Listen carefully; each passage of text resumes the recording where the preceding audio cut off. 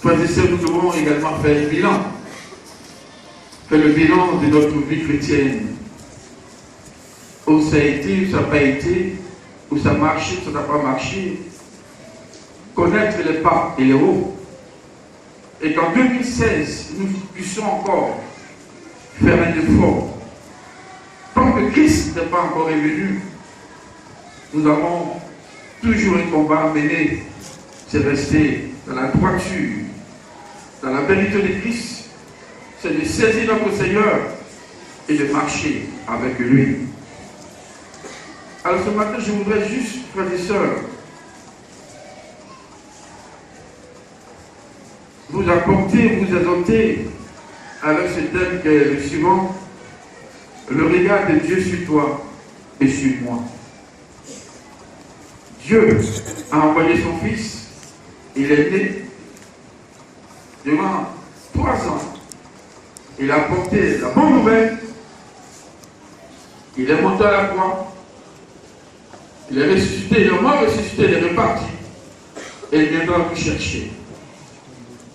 Et durant toute l'année 2015, jusqu'à bientôt la fin 2015, quel serait le regard de Dieu sur moi?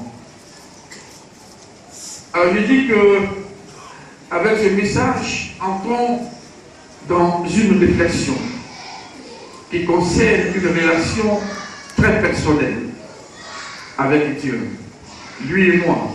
C'est-à-dire toi qui m'écoutes, chacun de nous et lui. Une relation qui concerne une relation très personnelle avec Dieu, concernant chacun de nous ce matin. Alors je disais que nous ne sommes pas pour Dieu un anonyme, un cas, un dossier, un numéro, mais une personne qui connaît et qui regarde en particulier, comme un père, qui malgré le nombre de ses enfants connaît et regarde chacun attentivement. Tous ici réunis ce matin, Dieu nous regarde attentivement. Dieu nous connaît de façon personnelle. Dieu connaît le fond de notre cœur. Dieu connaît notre personnalité. En quelque sorte, Dieu nous connaît nous-mêmes. Plus que nous-mêmes. C'est pour ça que je dis le regard de Dieu sur moi. Le regard de Dieu sur toi. Et le regard de Dieu sur moi. David, dans ce psaume, nous enseigne ce degré d'intimité personnelle avec Dieu, que nous devons apprendre et vivre également chaque jour. Il disait: Éternel, tu me sondes et tu me connais. Tu sais quand je m'assieds et quand je m'élève. Tu pénètres de loin ma pensée. Tu sais quand je marche et quand je me couche. Et tu pénètres toutes mes voies. Le psaume 139. Vous savez que David était un homme qui a fait une expérience avec Dieu, une expérience merveilleuse avec le Seigneur. Bien qu'il soit un homme, un pécheur, quelqu'un qui par moment fait des choses qui n'ont pas glorifié Dieu, mais quelque part, Dieu va dire: David est l'homme selon mon cœur. Alléluia. Si Dieu dit David est l'homme selon son cœur, c'est que malgré les défauts de David, mais quelque part, David a aimé le Seigneur. David a servi Dieu. David s'est humilié devant le Seigneur. David a glorifié le nom de Dieu. Et il a adoré Dieu comme il se doit. Si ce matin, Dieu pouvait nous dire à chacun de nous ce matin: à toi mon frère, à toi ma soeur, tu es l'homme ou la femme selon mon cœur. Oh, ce serait vraiment merveilleux. Alléluia. C'est pour dire que Dieu au moment nous connaît. C'est pour dire que Dieu nous voit et nous entend. Il sait ce que nous sommes. La Bible et la parole de Dieu nous explique sur la façon dont Dieu entretient avec des êtres humains une relation très personnelle. Il dit en substance à Noé: j'ai été attentif à la façon dont tu marches avec moi. Et je viens te donner des instructions pour te sauver, toi et ta famille. Car je vais détruire le monde. Dans Genèse chapitre 6, à partir du verset 9, 7, chapitre 7 et verset 1. Il a su qui était Noé et connaît Noé. C'est pour ça qu'il s'est approché de Noé. Il lui a dit, je sais la façon dont tu marches avec moi et je viens te donner des instructions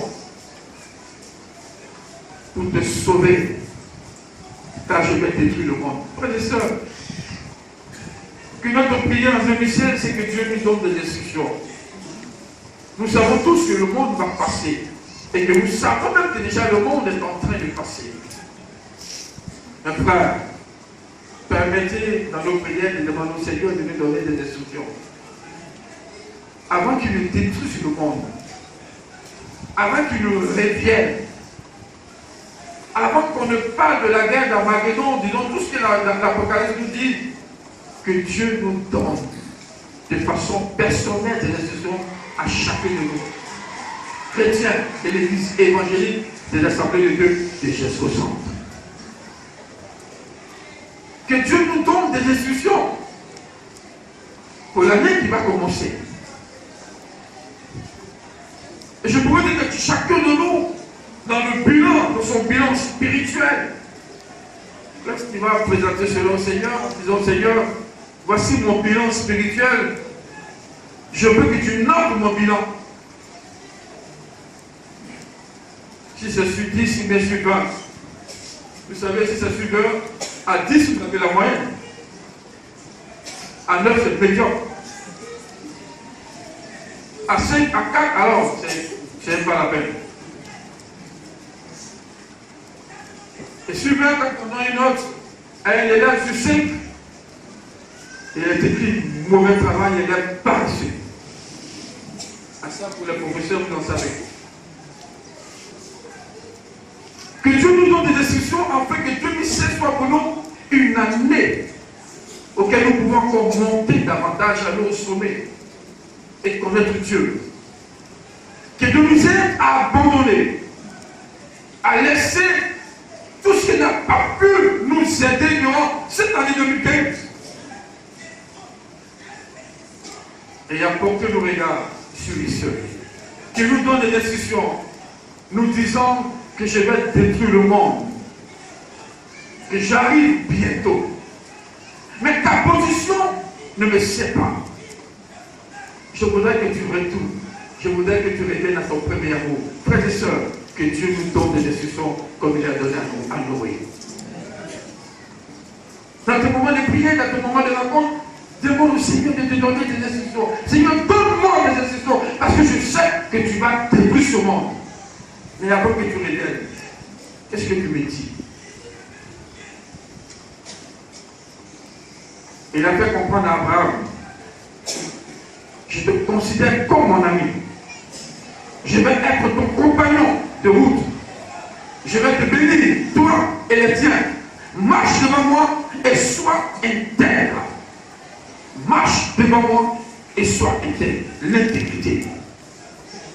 Qui nous parle de la fidélité, de la crainte.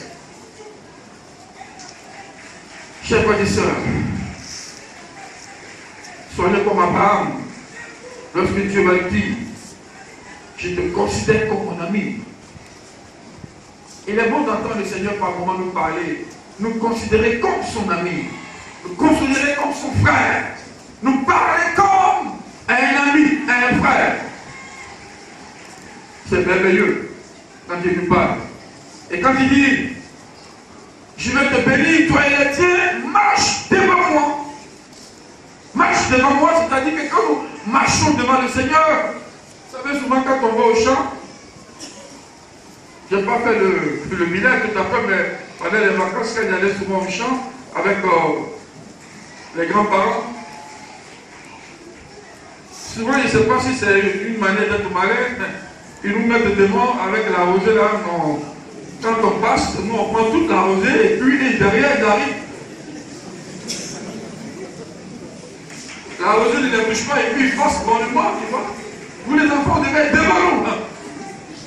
Mais en fait, devant nous, bon, peut-être pour mieux nous surveiller, pour voir tout le danger qui va venir, afin qu'ils puissent faire face.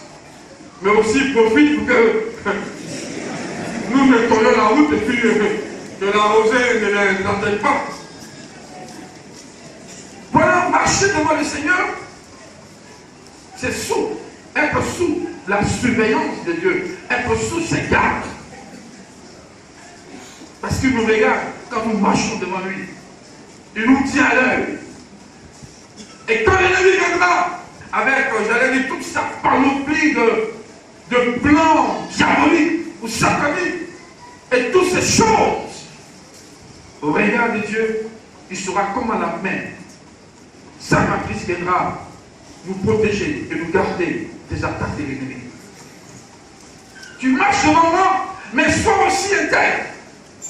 C'est-à-dire que si tu n'es pas intègre, alors je n'aurai pas mes mains sur toi. Tu n'auras pas ma protection. Mais si tu marches devant moi et que tu es intègre, alors à ce moment-là, les yeux sont sur toi et tu as ma protection. C'est pour cela, frère, en 2016, j'allais dire, est-ce le français? Peut-être Voici me dira, soyons plus intègres, voici. Soyons plus intègres en marchant devant le Seigneur, afin que Dieu, dans sa grâce, puisse avoir non seulement les regards sur nous, mais que sa main puissante, cette main puissante, puisse nous garder, puisse nous protéger, puisse nous enlever au moment opportun quand l'ennemi viendra. Toi, tu essaies de nous attaquer. Alléluia. Il dit à Moïse, je vais marcher moi-même avec toi. Je parlerai chaque jour. Je te parlerai chaque jour face à face, comme un homme parle à son ami. Et tu pourras conduire mon peuple. Je vais marcher moi-même avec toi. Si l'Éternel marche lui-même avec nous, frères et sœurs, qui sera contre nous? Si l'Éternel est devant toi, il est derrière toi, il marche avec toi, qui sera contre toi? Qui pourra toucher à un seul de tes cheveux? Et c'est ce qu'il a dit à Moïse. Je vais marcher moi-même. Oh, c'est merveilleux d'entendre l'Éternel dire cela. C'est merveilleux d'entendre les Dieu tout-puissant dire cela à un humain, à un homme. Je vais marcher moi-même avec toi. C'est-à-dire que tu as toute ma protection, tu as toute ma garantie. Et je vais te parler face à face, comme un homme parle à un homme. Il était le seul qui a eu à parler avec Dieu face à face. Dieu va parler à Moïse face à face. Dieu va donner des recommandations à Moïse. Et il dit, tu pourras conduire mon peuple. Non seulement je marcherai avec toi, je te parlerai chaque jour, face à face, comme un homme parle à son ami. Et en ce moment-là, tu pourras conduire mon peuple.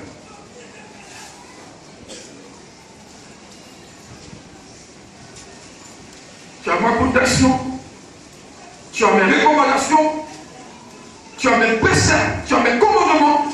Alors avec cela, tu pourras maintenant conduire mon peuple. Frères et sœurs, je voulais que nous puissions méditer sur tout cela, afin que nous comprenions comment Dieu est bon. Comment Dieu veut, je vais dire, pour chacun de nous, un bien réel.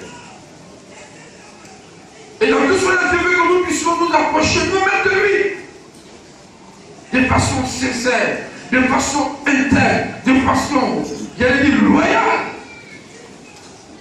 Afin que Dieu puisse, en retour, nous bénir. Dieu parle à David et lui dit personnellement, je vais t'instruire. Je vais te montrer le chemin où tu dois marcher. Je vais être ton conseiller. Je vais veiller sur toi. Psaume 32, verset 8. Je vais vraiment t'instruire. Dieu a la connaissance, il est la connaissance lui-même. Et quand Dieu t'instruit, je crois que tu es rempli de connaissances. Je vais te montrer le chemin où tu dois marcher.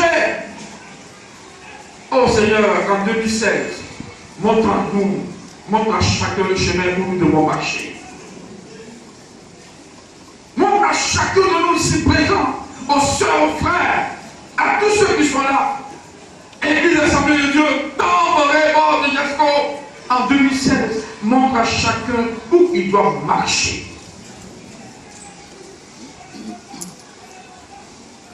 Parce que ce n'est pas dans tous les endroits qu'on marche quand on est chrétien. C'est pas déjà dit que nous sommes du monde. Mais nous n'appartenons pas au monde.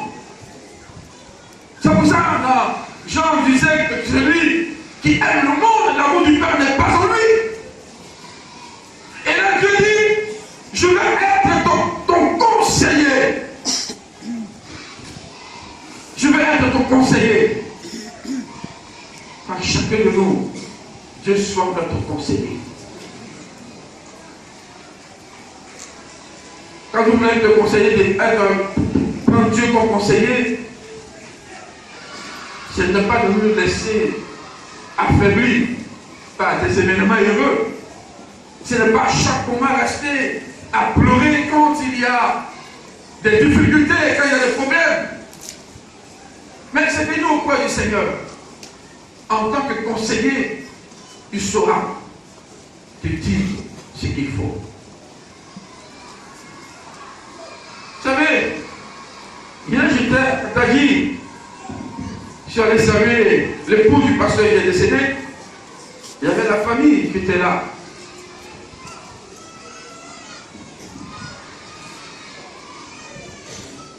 Et l'époux du pasteur qui est décédé est venu nous saluer. Il y avait des frères, il y avait des chrétiens, il y avait des soeurs qui étaient là, il y avait même sa famille qui était là.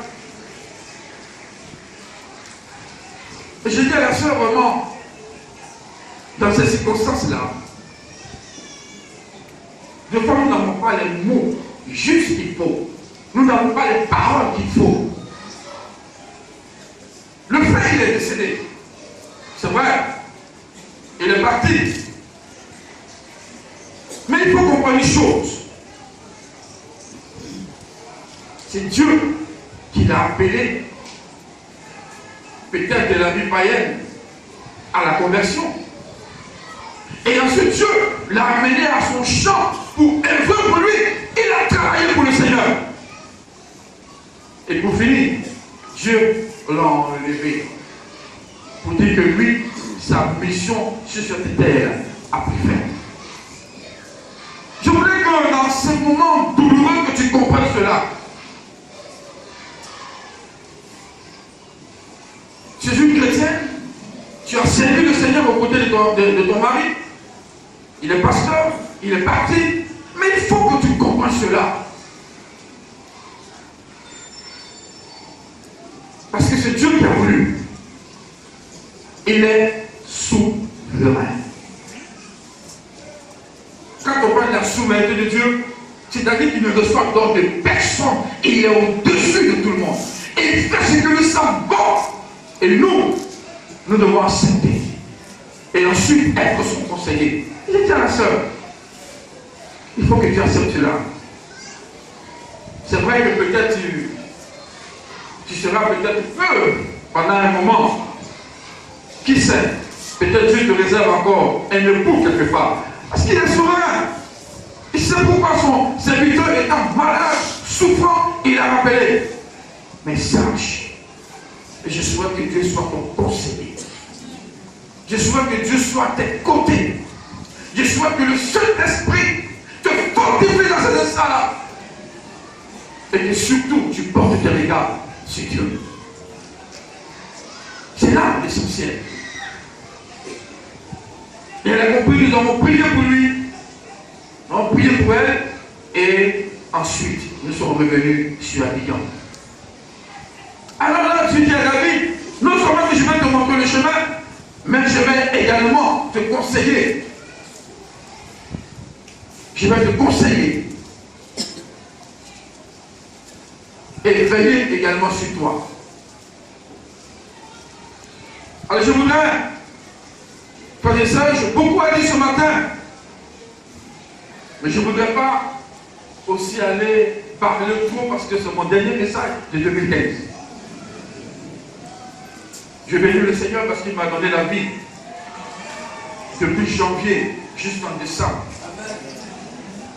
Quelles que soient toutes les turbulences que j'ai pu subir, toutes les attaques, toutes les faiblesses, toutes les imperfections, tous les manquements, mais lui, il a été fidèle. Et il m'a gardé jusqu'en 2000, à la fin bientôt de la fin de 2007, et j'ose croire qu'il fera encore pour moi de 2016. Je voudrais juste m'arrêter là, pour que nous puissions comprendre qu'en de telles circonstances où nous allons vers la fin de l'année, c'est revenir auprès du Seigneur et lui dire: Seigneur, mais voici tel que je suis. Durant toute l'année, il y a eu des moments de semaines spirituelles. Et là, il y a eu un mois de semaines d'association où il a dit que Dieu règne. Dieu règne. Dans son règne, il faut que vous compreniez que dans le règne de Dieu, il est souverain. Il est au-dessus de nous. Il conduit toutes choses par sa volonté. Il conduit toutes choses par son intelligence et sa sagesse. Permettez qu'en 2016, avec tout ce que je viens de dire, que Dieu, lorsque vous reconnaissez la souveraineté de Dieu, alors permettez que Dieu règne dans votre cœur. Permettez qu'il règne dans votre cœur. Parce que quand Dieu règne dans ton cœur, tu n'as plus besoin d'apporter les regards de gauche à droite. Parce qu'il te dit qu'il veille sur toi. Il te dit qu'il marche avec toi. Il te dit reste tranquille.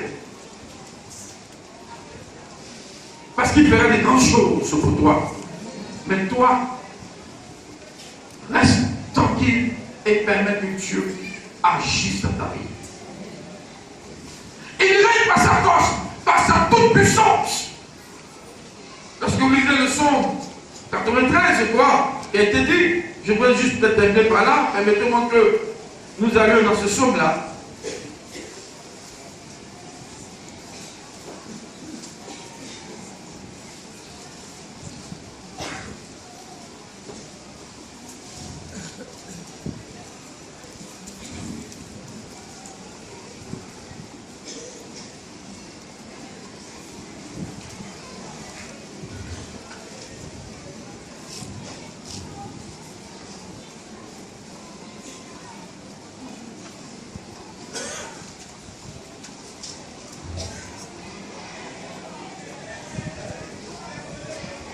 Je vais m'excuser.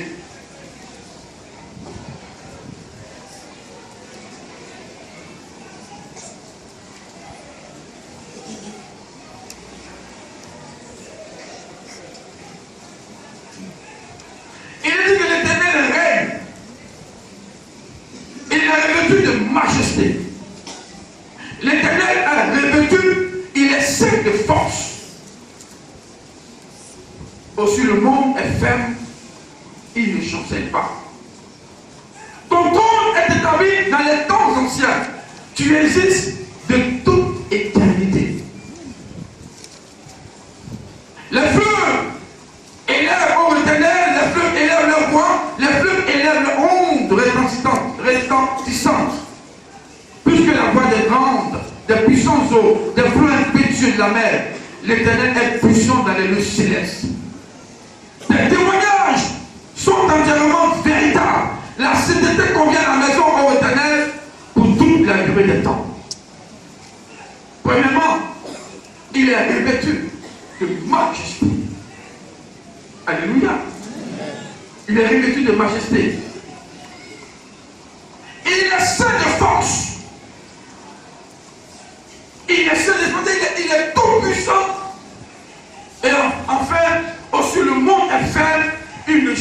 pas. Il est revêtu. Il est souverain. Il règne par. Il a aussi la toute puissance. Et c'est par cette puissance-là que le monde est ferme. Il ne chancelle pas. Donc avec un Dieu de telle envergure qui n'a pas été créé, mais qui existe par lui-même. Un Dieu qui règnera, j'avais dit, de toute éternité. Il est le roi des rois, le Seigneur des seigneurs, il est le tout-puissant. Si tel Dieu règne en toi et règne en ton cœur, frères et sœurs, tu as tout gagné. Alléluia. Amen. Tu as tout gagné. Parce qu'il est là, il veut sur toi, il sait ce dont tu as besoin. Il connaît tous ceux qui complotent autour de toi. Il les écoute constamment, nuit et jour. Et toi, il t'en délivre. Parce qu'il marche devant toi, parce qu'il est avec toi. En 2016, par rapport au regard de Dieu sur toi et sur moi, permet tout simplement que Dieu règne en toi par sa puissance et par sa souveraineté. Parce que personne ne peut aller contre lui et personne ne peut s'égarer à lui et personne ne peut aller combattre contre Dieu. Ce matin, que Dieu te bénisse avec ces quelques paroles, tout simples. Attache-toi à ton Dieu. Porte tes regards sur Dieu. Espère en ton Dieu.